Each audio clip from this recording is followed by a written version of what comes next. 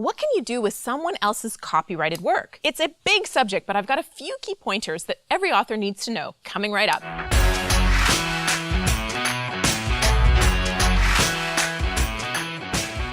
Hey, it's Julie the Book Broad with Book Launchers, a California-based company that will help you write, publish, and sell a fantastic book that boosts your business and helps you achieve your goals. If you're writing a nonfiction book, you're probably quoting other people's work in your material, or you've used other people's work as reference. In many cases, you're probably interviewing people, maybe on podcasts or over the phone to create content from that. So what is considered fair use and what requires permission? And what is just outright not okay? First, here's the disclosure. I'm not a lawyer, so if you have concerns, it's always best to consult with a professional who has expertise in this area. So that's your disclaimer. Don't listen to what I say, talk to a pro. But keep watching the video.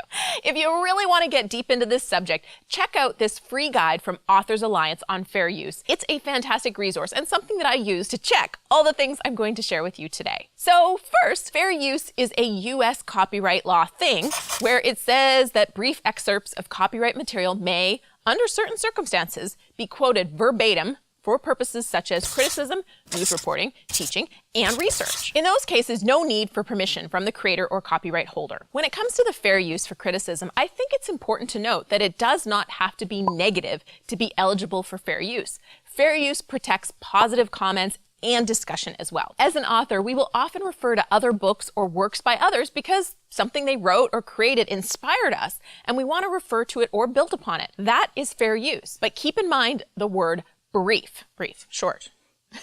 There's no word limit. It comes down to the amount of material used must be reasonable given that purpose. In other words, it's a judgment call. But unless there's a really clear argument as to why you need an entire section of a book or the entire speech or the whole song, stick to the most important line or two and you'll be fine. No matter what, whether you quote it verbatim or reference it at all, give the original creator credit. I didn't realize this point until I read the Authors Alliance book. US copyright law does not require attribution. But how would you feel if someone quoted your words or references your work but didn't give you credit?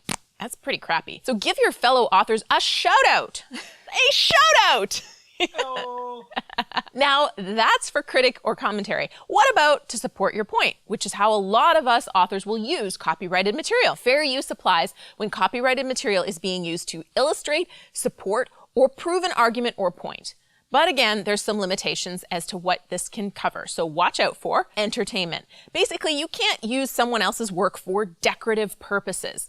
This made me wonder about all the one or two lines quotes out there that get used just at the start of a chapter or even for a social media graphic.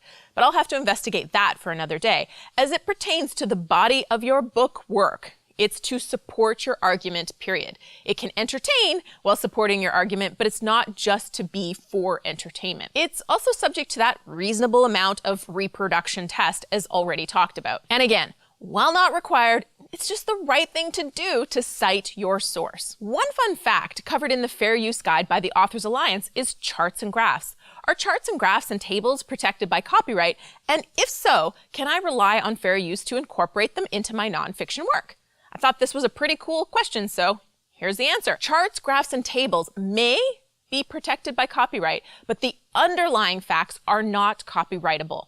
My interpretation, again, I am not a lawyer, but I read this to mean that you probably can't copy someone else's chart or graph and reprint without permission, but you can create your own with the facts given. Creative choices in the way those facts are presented in a chart or graph or table might be sufficiently original to warrant copyright protection of your own. That could apply to the original chart and/or the one you create. For more copyright information, check out this video right here.